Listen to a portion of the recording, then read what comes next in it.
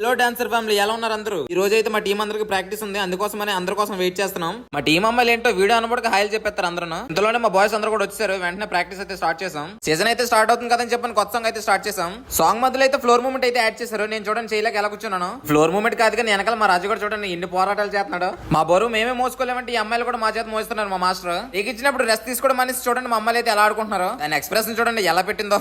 మా టీమ్ లోకి అయితే కొత్త బాయ్స్ వచ్చారు. వాళ్ళకైతే సాంగ్ చెప్పేసాం. వాళ్ళైతే చాలా హెవీగానే ప్రాక్టీస్ చేశారు.